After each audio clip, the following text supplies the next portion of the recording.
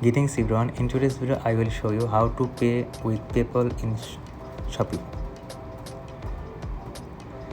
Before you get started, please subscribe our YouTube channel. Now many of the e-commerce service such as Amazon or whatever else actually accept PayPal as the payment method, right? So you must be wondering why it is not possible to do it on Shopee. So there is many claims on the internet and so many videos that just tells is that in order to pay with PayPal, just go ahead and then add the product to your cart. So let me also go ahead and do that. I will just add some few products to my cart, right? They say you that at the end of the screen you will be able to find the option called PayPal, but when you go into it you will not find the option wallpaper or anything else.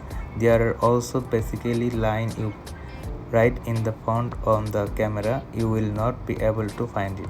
So let me also just go ahead and show you. If you go to the checkout page over here, after I shop this specific product, even if I enter the full name or everything else over here, and after my enter my birthday and so on, whatever is the region could be, I will not be able to go here and then find PayPal as my option. Right over here you can see it only accept debit card, MasterCard, whatever is.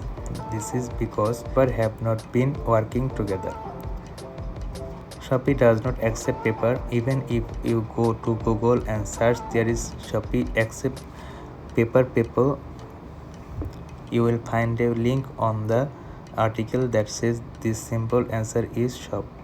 It does not accept PayPal card payment and proceed by third-party service providers, and supporting card differ by market.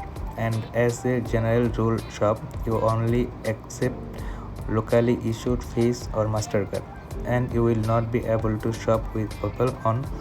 That's simply the truth of the video. I'm not going to clickbait you, such as you will find this option here and here, because you can see we don't have the option. But you have to understand that that's simply impossible, not possible. You will not be able to do it.